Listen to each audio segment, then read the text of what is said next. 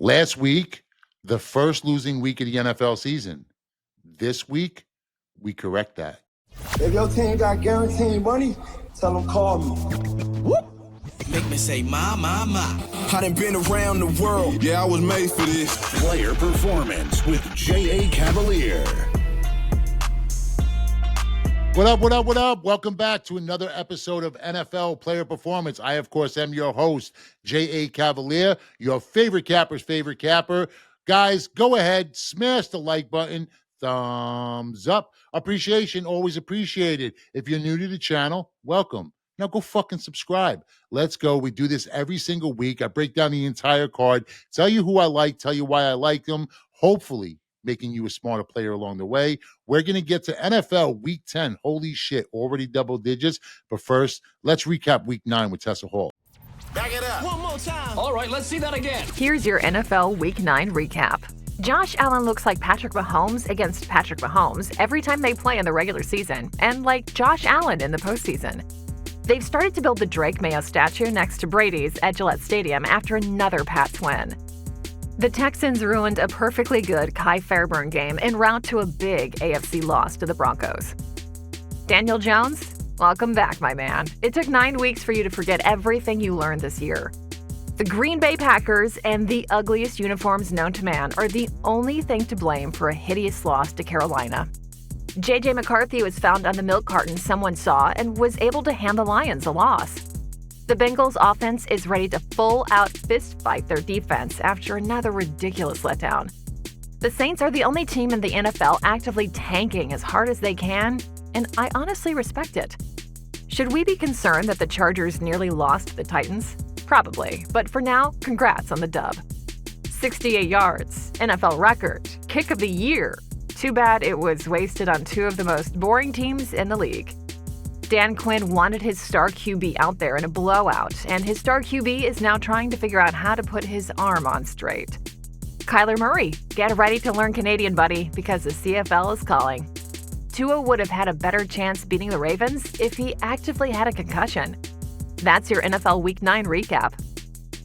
So like I said, last week, first losing week of the season. And really, it wasn't even that bad of a read. It wasn't that bad of a Sunday. What had happened was, well, it all started with the Ravens, right? So I think it was the Ravens game where it all started. And everything was done right. The work was done right. Dotted the I's, crossed the T's. And then the Dolphins just couldn't find the fucking end zone.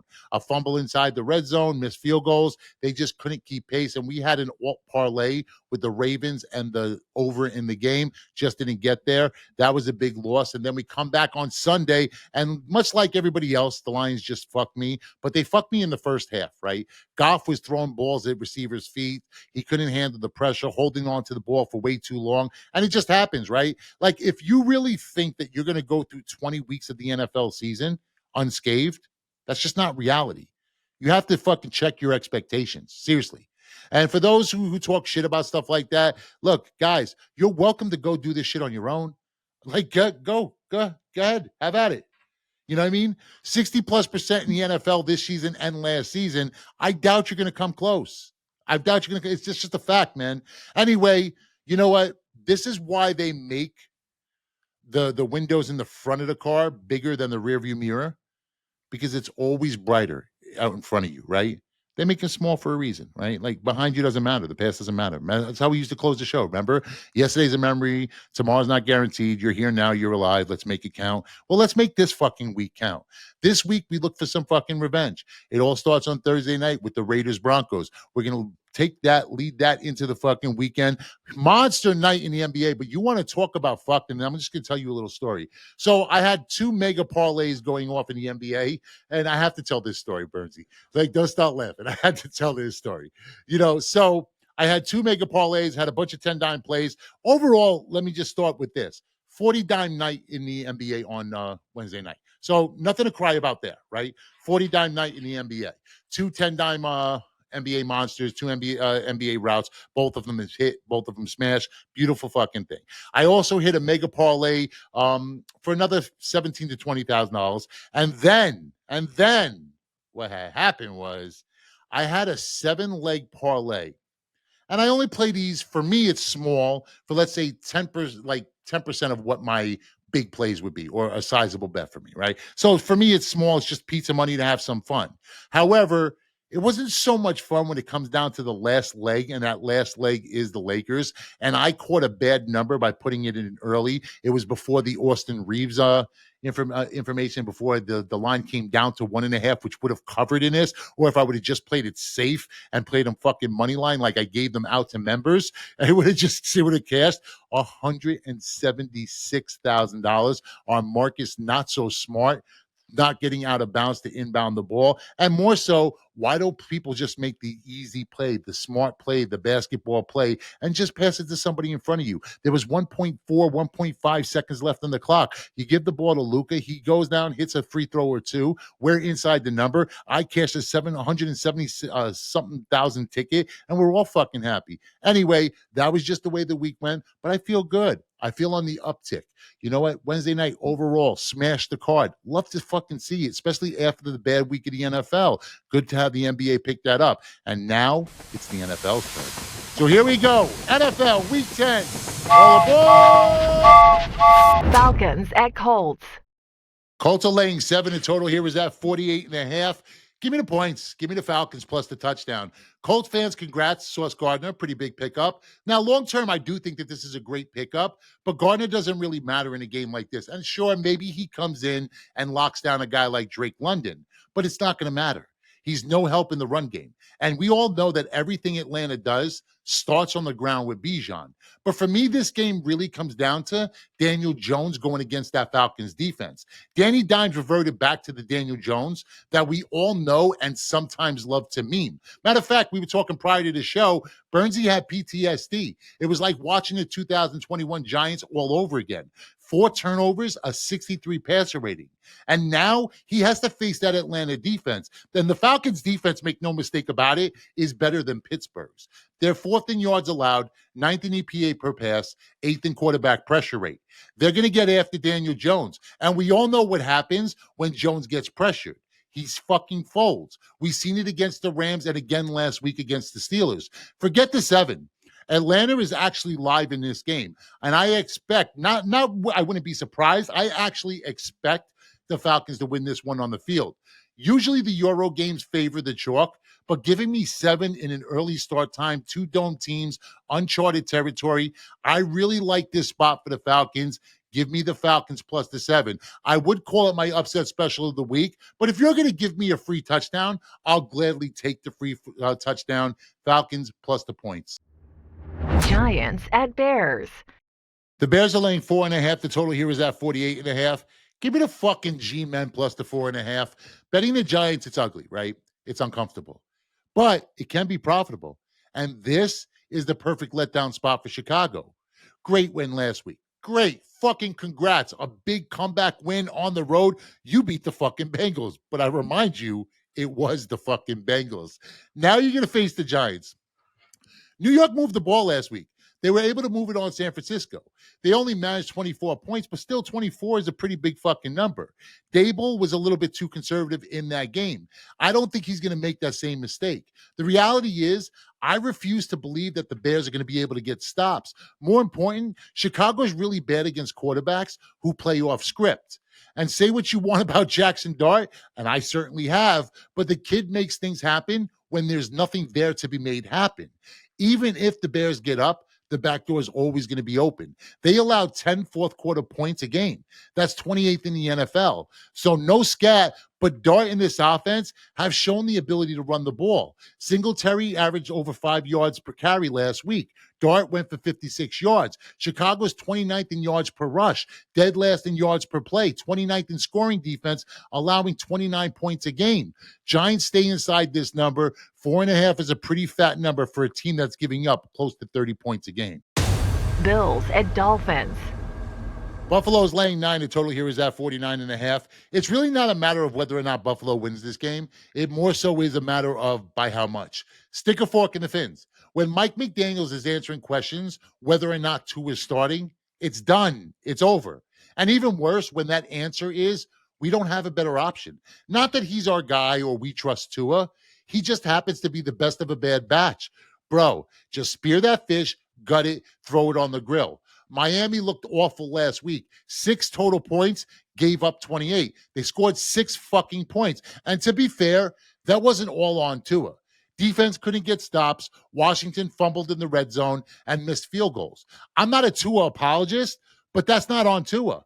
Now, to make matters worse, they have to face the Buffalo Bills. And I still have Buffalo as the best team in the league. And guess what? The defense is now getting better. 2nd in passing yards, 7th in sacks, 2nd in sack rate, 6th in quarterback pressure.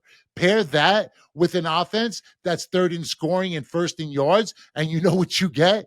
Super Bowl. The funny thing here is this would actually be a Dolphins spot if the Dolphins weren't fucking inept. Buffalo off a huge win on the road, laying double digits. The problem is Miami is doing nothing well right now. I'm not going to lay 10, so I'll look to take Buffalo in teasers, maybe in a 3-team 10-point teaser, 3-team 7-point teasers. I will get to Buffalo in some way, shape, or form. It's not going to be laying 10. Ravens at Vikings. Ravens are laying 4. The total here is at 49. Listen, just give me the birds. Give me the Ravens. Lay the points. I would actually buy this down to a field goal. You want to get that number, that key number of 3. The Ravens need every game the rest of the season like blood. They exhausted all their free squares, exhausted all of their hiccups for the rest of the season. And this is a great spot for the birds. Lamar's back, and now he's making his second start, which is very important. You want to get that first one behind you, especially coming off an extended injury. And Baltimore now comes in on extra rest. They get Lamar back immediately. He comes in and puts up 28, throws 4 touchdowns in that game. And I get it. It was against the Dolphins, the softest landing spot in the NFL. But why would this spot be any different? Everything Baltimore does starts on the ground, and Minnesota, they can't stop the run. 20th in rushing yards allowed, 8th most rushing yards over expected, 17 in rushing yards per play. That's a bad look when you're facing Lamar and Derrick Henry. Baltimore 6th in rushing yards per game, 4th in rushing yards per play, 1st in rushing yards over expected. The Ravens, much like the Eagles, are going to run the ball down your throat and then burn you deep. And we saw what the Eagles did to this Vikings defense. The Vikings are also vulnerable on the back end. So give me the Ravens in this spot. This is just a bad spot for the Vikings. Hate to be you guys this week. J.A. Cavaliers Pro Football Triple Crown. 3 NFL games for this Sunday. 3 straight, 3 2-team parlays, 1 week, $99. His Pro Football Triple Crown must go 3-0 or the entire NFL season is free. J.A. Cavaliers Pro Football Triple Crown. Link in the description below. Click the link now and jump on the money train. Browns at Jets. So this one actually came down. Jets are taking money. This is actually now the Browns favored by 1 or 2, depending where you shop. Total still holding strong at 38. Buy the Jets up to 3.5. Give me the Jets. I get it. The Jets just traded their defense, or at least the 2 pieces on defense that actually mattered. Sauce Gardner gone. Quinnen Williams gone. But I have this rule, and the rule is pretty simple. You back the Browns defense when in Cleveland, but you fade them everywhere else. And when the Browns are favored on the road, I really, really fade them. 0-4 against the spread on the road this season. Listen, I don't love Justin Fields. In fact, I compared backing the Jets to flying Spirit Airlines. Just clutch your ticket and then pray for a soft and safe landing. But you know what I like even less than backing Justin Fields? Is backing Dylan Gabriel. Dylan Gabriel, 1 game over 200 yards passing this season. His last time out, he threw 2 interceptions and actually had 2 to 3 more turnover-worthy plays. And I get it. It's really hard to play quarterback in this league, more so when you're 5'8" and looking over your shoulder. Sanders is breathing down his neck, and for good reason. The Browns offense, 30th in scoring, 32nd in yards per game, 31st in EPA per play. They're fucking brutally hard to watch. It's like pink eye. Judkins may be that one bright spot, but he's not covering this game by himself. At some point, Dylan Gabriel is going to have to make a play, and I just don't trust him to do so. Also, winning is pretty contagious. When we last seen the New York Jets, they shocked the league and upset the Bengals. Well, if you can call beating the Bengals an upset. It's not crazy to think they do it again here. Then they would just absolutely own the state of Ohio. And say what you want about Justin Fields, and trust me, I have, but he's one of the most athletic quarterbacks in the NFL. Just a lean for right now. I might get to the window with it later in the week. Give me the Jets plus the points. Punchy special, Jets, Jets. Patriots at Buccaneers. Bucks are laying 2.5. The total here is at 48. So I'm going to buy this one down. I'm just going to take the Bucks money line. The NFL, I told you guys, it's all about highs and lows, peaks and valleys. And as soon as you get too high, it's almost always certainly followed by a drop. And this week, it comes crashing down for the Patriots. They've won 5 straight. I get it. But do yourself a favor. Do me a favor. Look a little deeper. Who have they actually beat? Atlanta, Cleveland, Tennessee, New Orleans. I get it. You can only beat and you only play the teams who are on your schedule, but 3 of those teams are going to be drafting top 5 next year. This week, it's a different story. They're facing the Buccaneers. The Bucs are coming in off of a bye, and they needed it. No one needed it more than the Tampa Bay Buccaneers. And this week, they get Bucky Irvin back. Remember, he's the force that drives that engine. I gave you the blueprint for beating the Patriots. You beat them through the air. New England's defense allows close to 3 seconds to throw. So Baker's going to have time to sit in the pocket, go through his progressions, and dissect this defense. A defense that is already giving up 15 passing touchdowns. He's done it without Mike Evans and Chris Godwin. He's got guys like Tez and Cam Johnson out there. Still, he's lighting it up. This is a good spot. Give me Baker and the boys. Give me Baker and the Bucks to win this one by at least 10 points. Saints at Panthers. Panthers are laying 5.5. Total here is at 40.5. So right as this game comes up, Bernsey turns to me and goes, why are we doing this game? And I couldn't agree with him more. In fact, if you or someone you love is trying to bet the Panthers versus Saints this week, you may be suffering from advanced degeneracy syndrome. Seek help. Text or call 1-800-GAMBLER. Jaguars at Texans. Houston's laying 1. Jaguars are laying 1. Houston's laying 1. Jaguars are laying 1. Where will it stop? Nobody knows. And I don't care. I'm on the under 38. The book on the Texans has been written, right? You find ways to back their defense, and then you find ways to fade their offense. Now it's probably going to be Davis Mills this week. CJ Stroud got his brain bashed in last week, so he's going to be in protocol. Just might be addition by subtraction. I mean, who knows? I know this, though. It can't be much fucking worse. The Texans 24th in scoring, 19th in yards, 29th in offensive success. On the other side, I trust this defense to handle Trevor. I trust this defense pretty much more so than any defense in the league. Remember, Texans defense, first in scoring, first in yards, first in EPA per play. That's not good. That's fucking elite. Also, 4 straight have gone under in this series, so let's make it 5. Tell me what you gonna do now. Keep rolling, rolling. Cardinals at Seahawks. Seahawks are laying 6.5. The total here is at 45.5. Give me the fucking Seahawks. I don't care what anybody says. Give me the Seahawks. And I get it. Cardinals just cost me Monday night. Cost most of the country money on Monday night. But this week, they're going to pay me back. And this is really just a fucking buy low on the Seahawks. The Seahawks, I'm getting them under a touchdown against Arizona. Arizona comes in on a short week, fat, drunk, and happy after beating Dallas on Monday night. So drunk that they named Jacoby Brissett their starting quarterback for the rest of the year. Seattle's defense is going to make them second-guess that decision. Now, we knew Seattle's defense is going to be good, but what's really impressive is what they've been doing on offense. That offense is scary good, and they just got better with the pickup of Rashid. So it's going to even be fucking better. Sam Darnold already 6th in MVP voting, 5th in scoring, 10th in yards per game, 2nd fewest sacks allowed. Give me the fucking Seahawks. They're going to beat the shit out of this fucking team. Rams at 49ers. Rams are laying 4.5. The total here is at 50. Give me the Niners plus the points. Now, I did do a reel on this, pretty entertaining shit, so you might want to check that out. It's going to be on all socials as well as YouTube Shorts. Look, don't overthink it. It's simple. Shanahan absolutely owns McVay, and I get it. This is a revenge spot. Week 5, Rams lost outright. 8.5-point home chalk, lose fucking outright. But I'm not asking the Niners to win this game. I'm asking the Niners to just stick to the script. Keep it on the ground. Let CMC eat. Let the clock tick. 4.5 is a fat number, especially on the road, division game, rivalry game. Give me the Niners plus the points. And guys, let's make this one the ride or die. Ride or die, remember?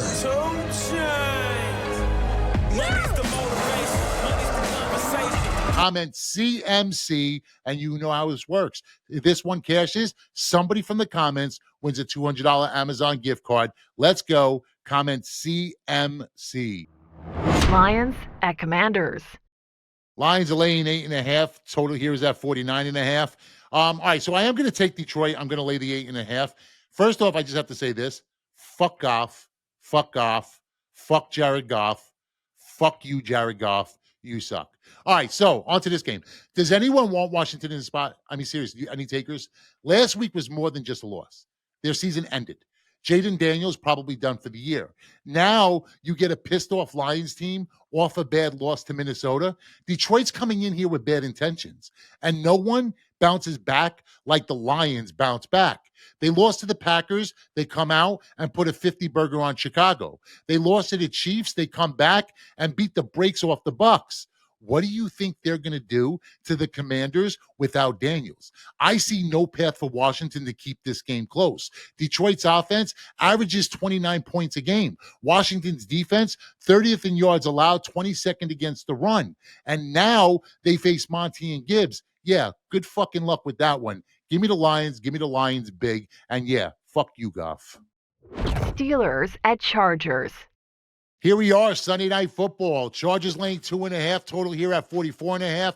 And this one's simple. Give me the over 44.5. Look, the Chargers have now hit 4 straight overs. The offense finally picking up pace. Over the last 4 games, 29, 24, 37, and 27. And the defense, they're also contributing, allowing an average of 24 points a game. It's the perfect combo with the Pittsburgh Steelers coming to town. And remember, the Chargers have no true home field advantage. They're going to feel like they're in Pittsburgh. Now, let's not get excited. One decent defensive game from the Steelers. This is still a bad Steelers defense. They're 30th in yards allowed, 21st in scoring, 32nd in passing yards. Joe Flacco torched them. Jordan Love torched them. Fuck, even Justin Fields went nuke on this team. What do you think Herbert's going to do?